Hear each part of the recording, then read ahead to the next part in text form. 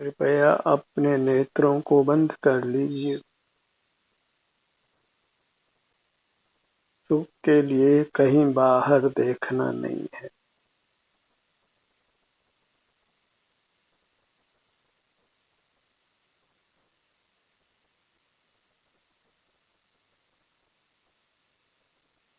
सुख की प्राप्ति अपने शरीर से ही है।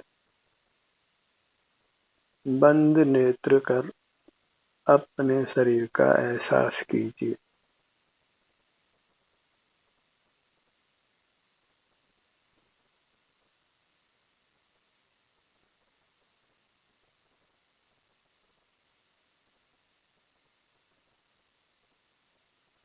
हमारा आभ्यंतर अमूर्त शरीर ही परमात्मा का रूप है।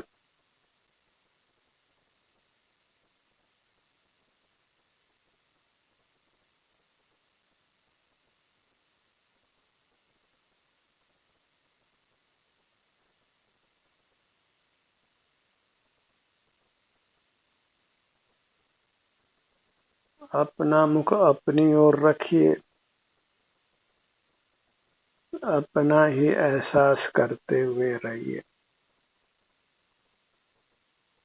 इतने मात्र से ही उत्तम स्वास्थ्य की प्राप्ति है, उत्तम सुख की प्राप्ति है, जन्म मरण से मुक्ति है।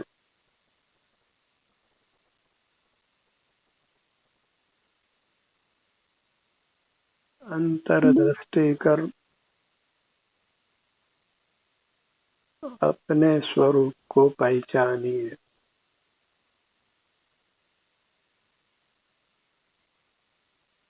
अपनी मुद्रा को लक्ष्य में लीजिए। आप जिस भी आसन में स्थित हैं, उस मुद्रा को बंद नेत्रों से अनुभव में लीजिए। यही आराम वेदना की स्थिति अनुभव में आती है,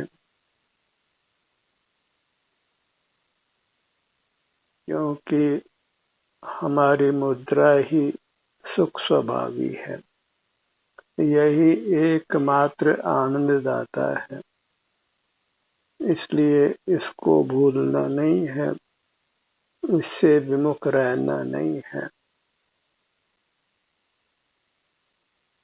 इंद्रिय द्वारों को खुला रखने की हमारी आदत है। इस आदत को मिटाना है और अपना ही संवेदन करते हुए रहने की आदत डालना है।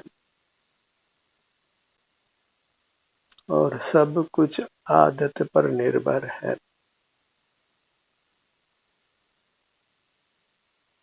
आदत बदलने में प्रथम कठिनाई होती है, पर आदत बदल लेने के बाद हमेशा का आराम हो जाता है। शाश्वत सुख की प्राप्ति हो जाती है। इसलिए अपने आभ्यंतर शरीर से युक्त रहने की ही आदत डालिए। यही आदत आनंद देने वाली है, संसार दुखों से मुक्त करने वाली है।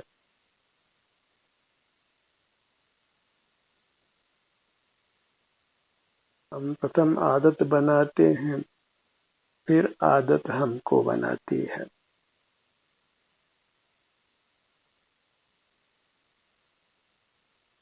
भरपूर सुख अपने अमूर्त शरीर से ही लीजिए।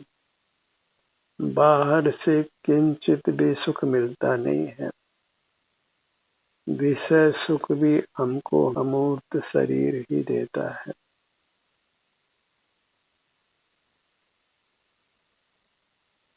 जितने भी मूर्त पदार्थ दिखाई देते हैं, वे सुख स्वभावी नहीं है। उनको विषय करने से हमारा उपयोग ही खराब होता है। हम सुख पाने के बजाय दुख ही पाते हैं। इंद्रिय जय करना यही एकमात्र सुखी होने का उपाय है।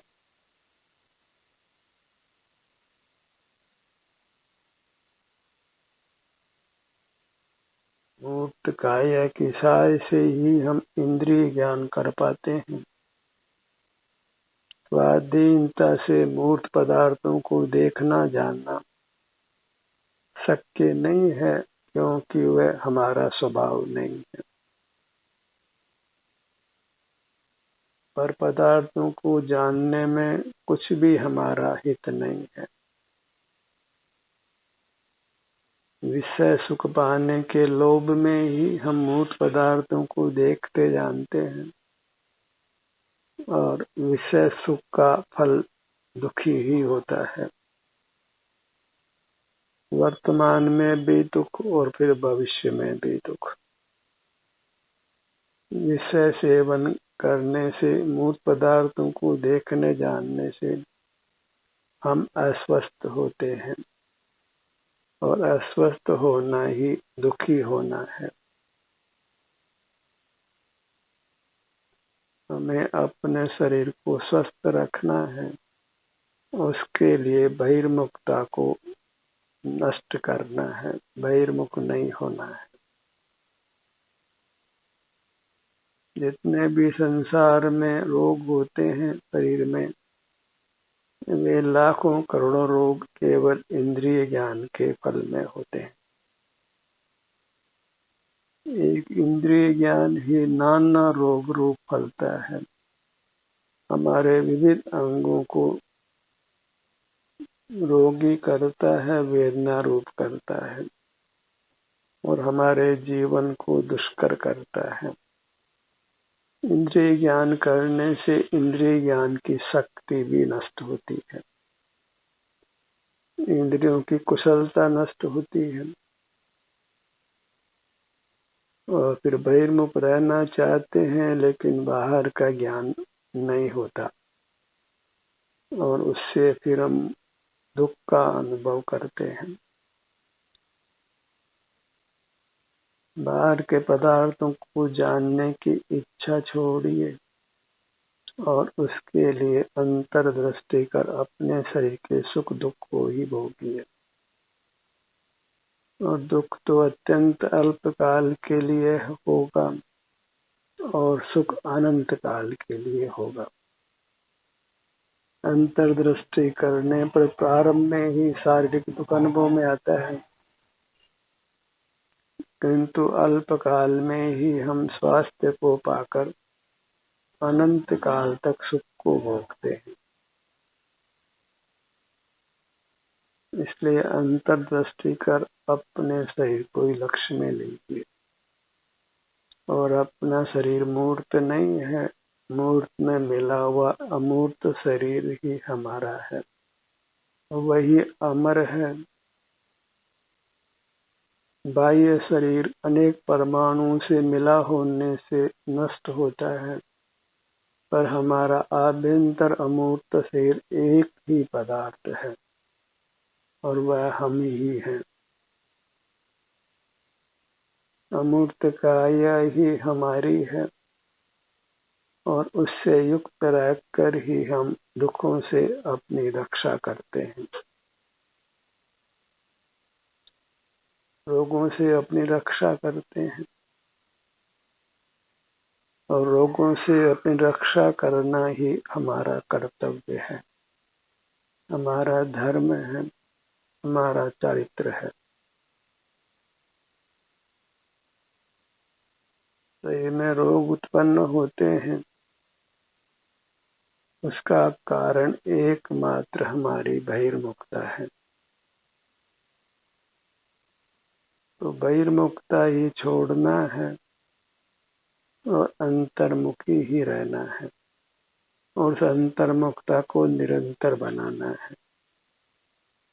और निरंतर अंतर्मुख रहने से ही हम परमात्मा बनते हैं, अविनाशी उत्तम सुख को पाते हैं।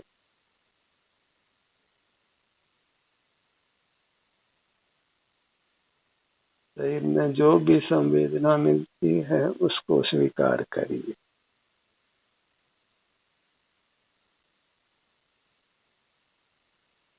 सुखद है तो दुखद है तो हमें अंतर्मुख ही रहना है।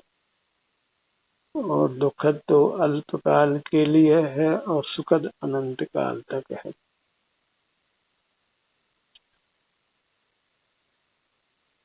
सिर से पांव तक अपनी सीमा है, अपनी मर्यादा है, और यहीं तक बने रहने से हमारे शील की रक्षा होती है। हम शीलवान होते हैं, चैत्रवान होते हैं, स्वस्थ होते हैं, सुखी होते हैं।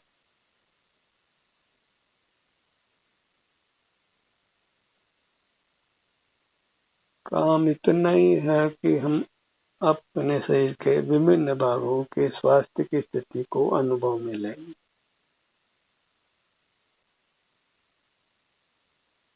हर अंग पर अपने ध्यान को ले जाना है और किसी भी अंग की कोई उपेक्षा नहीं करनी है। अपने आभ्यंतर शरीर में ही ठहरना है, यही निवास करना है, क्योंकि इसी के आधार से सुख का अनुष्ठान होता है। देह आधारेण ध्यानम सुखम अनुष्ठानम भवति।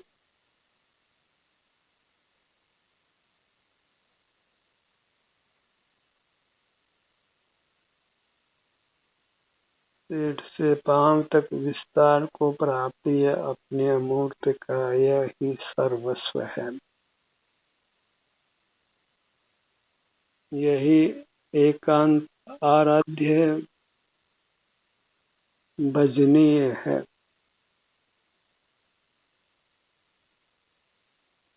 अन्य कोई भजनीय नहीं है, आराधना करने योग्य नहीं है।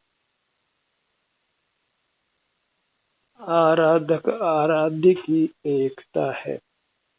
स्वयं ही आराधक है, स्वयं ही आराध्य है, स्वयं ही पुजारी है, स्वयं ही पूज्य है। यह अभेद भक्ति ही सुखी होने का मार्ग है, और पर की भक्ति में कुछ सार नहीं है। वह सब रागकारी है, और राग है वही आग है। पर से राग द्वेष होता है और अपने से सुख की प्राप्ति होती है। अंतर्दृष्टि में राग द्वेष का कोई काम नहीं है। एकांत वितरागता ही मिलती है, एकांत शांति ही मिलती है। कुछ भी कषाय उत्पन्न नहीं होती, कुछ भी पाप परिणाम उत्पन्न नहीं होता।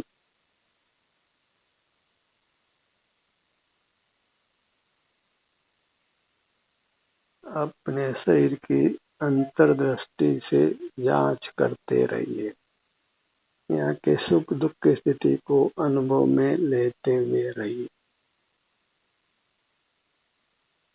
क्योंकि अभी हम मनुष्याकार हैं, तो मनुष्याकार रूप में ही अपने को प्राप्त करिए।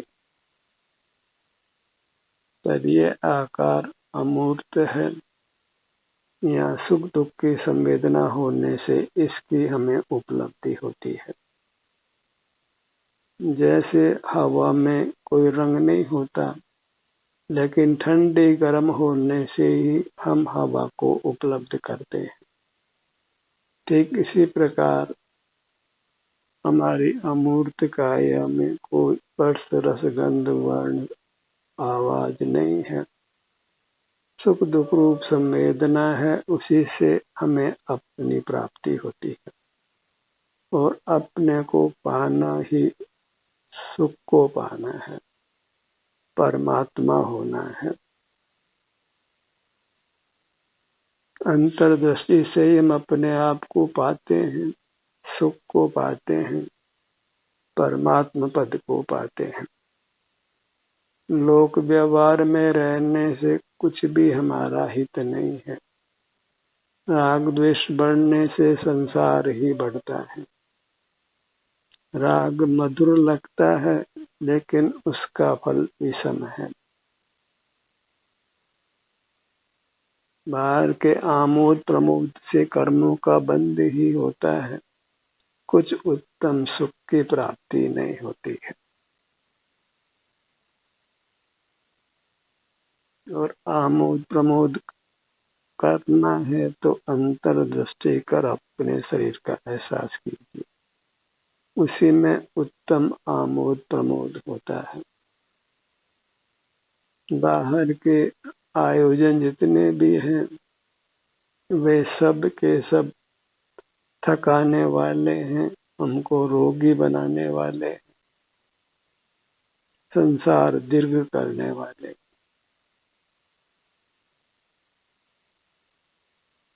वैरमुक्ता का काल घटाते जाना है और स्व संवेदन रूप अंतर्मुक्ता का काल बढ़ाते जाना है, और इसमें दिन प्रतिदिन प्रगति करिए। हर आने वाले समय में हमें अंतर्मुक्ता में समय अधिक देना है। आदर्श स्थिति तो यही है कि हम सर्वथा अंतर्मुख रहें, किंचित भी बहिर्मुख नहीं हो। बहिर्मुखता कलंक रूप है, अभिशाप रूप है। हम स्वयं अपने को ही अभिशाप देते हैं बहिर्मुख रह करके, और अंतर्मुख रह करके ही हम अपने को सुख रूप वरदान देते हैं।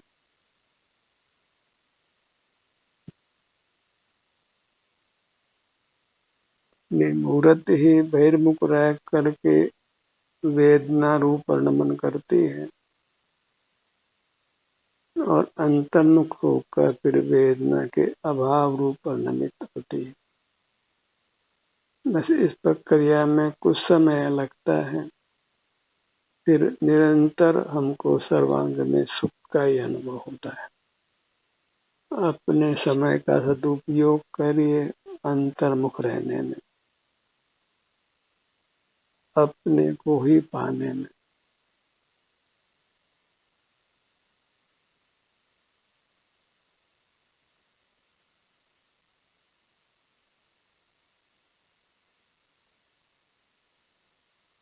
अपने ध्यान को अपने सिर के भाग पर लाइए।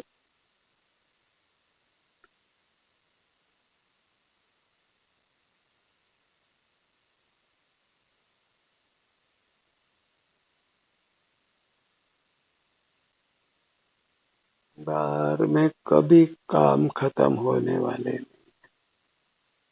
अंतर्मुख रहेंगे तो सुख पाने का ये काम पूरा हो जाएगा, और फिर अनंत काल तक हम सुखी रहेंगे।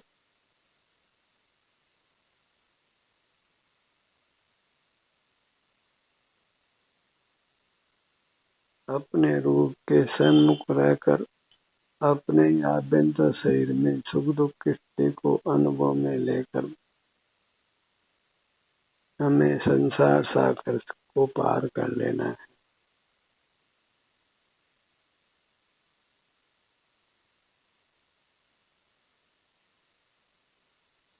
अपने ध्यान को अपनी पगतलियों पर लाइए। आपके वंद्य चरण कमल हैं, पूज्य चरण कमल हैं।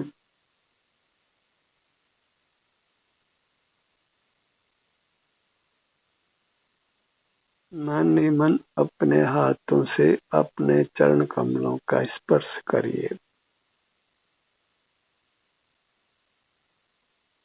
मन ही मन अपने को नमन करिए। अपने मुद्रा को परमात्मा की मुद्रा जानकर मन ही मन हाथ जोड़िए अपने आप को।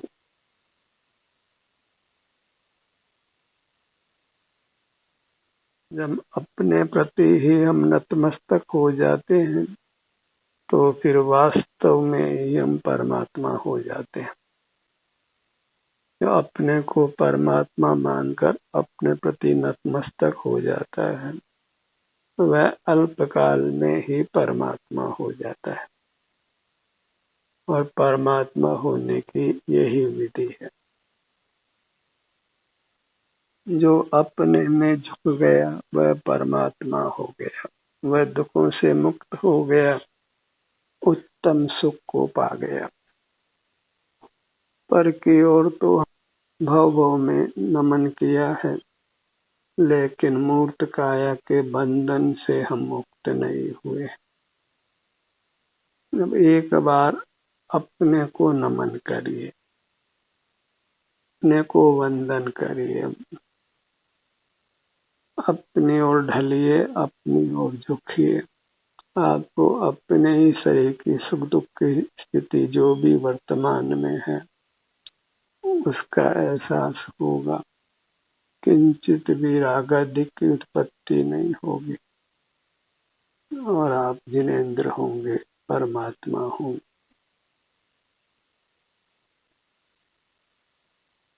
और ये कार्य करना है यदि हमें स्थायी सुख चाहिए, और ये कार्य मनुष्य जन्म में ही संपादित होता है। इसी में इसकी पूर्णता होती है। नर से ही नारायण बनते हैं। पशु पक्षियों इस कार्य को पूर्ण रूप नहीं दे पाते।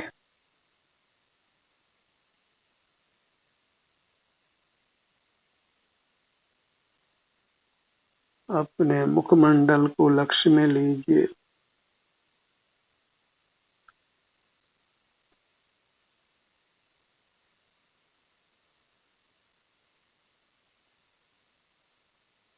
पांचों इंद्रियां यहाँ स्थित हैं, मस्तिष्क भी यहाँ स्थित है, तो इनसे हम बहुत बहिर्मुख रहते हैं। और जब अपना ध्यान अपने मुखमंडल पर रोकते हैं, यहीं के विभिन्न भागों में, तो सहज ही इंद्रिय जय होती है। और जिस उपाय से परमात्म पद मिलता हो, तो उस उपाय से लौकिक सुख कोई दूर नहीं है।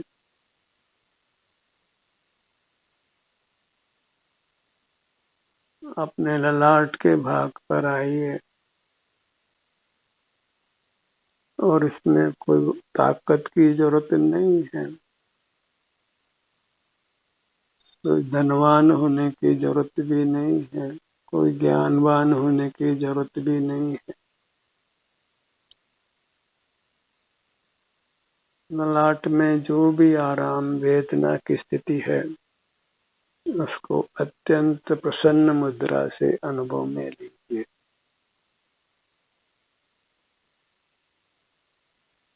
अपने सन्मुख रहना है, अत्यंत प्रमोद से, अत्यंत प्रसन्नता से, क्योंकि इस विधि से आप परमात्मा होने वाले हैं, भगवान बनने वाले हैं, सर्व दुखों से मुक्त होकर संपूर्ण सुखी होने वाले हैं। और इसमें कुछ भी शंका मत करिए, क्योंकि इसी विधि से हम शांति का सुख का अनुभव करते हैं, और शांति सुख को पा लेना ही परमात्मा होना है। गुरु मध्य पर आइए,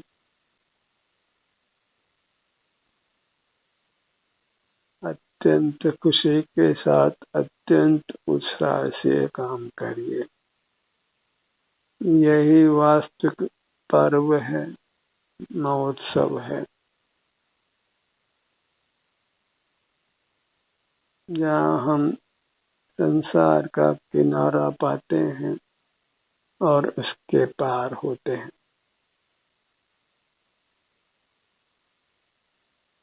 दोनों नेत्र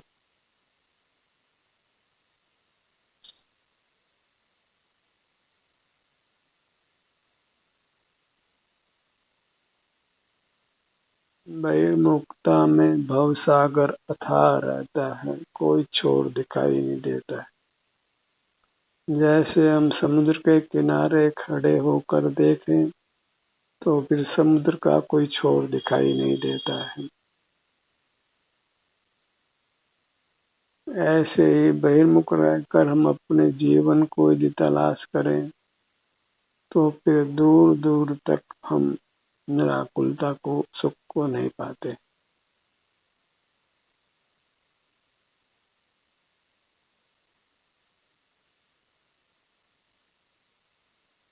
अपने दोनों कानों के भाग पर आइए।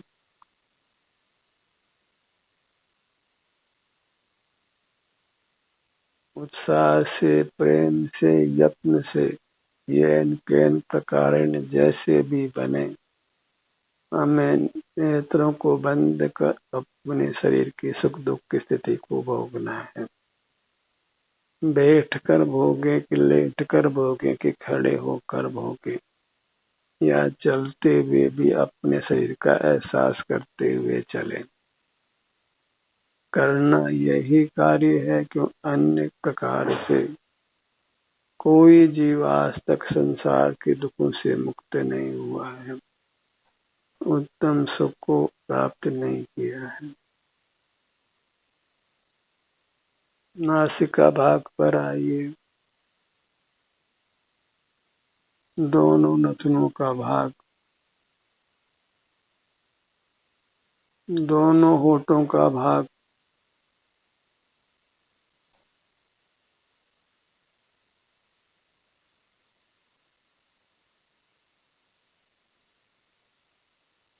अपने हर अंग पर अपने ध्यान को लाकर अपने हर अंग को स्वस्थ रखिए, सुखद रखिए और अपने को राग द्वेष से मुक्त रखिए।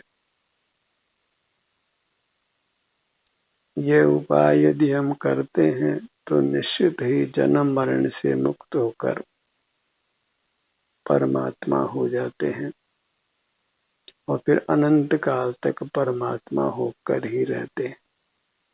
ध्यान का ये सत्र यहीं समाप्त होता है। आपकी सहभागिता के लिए धन्यवाद।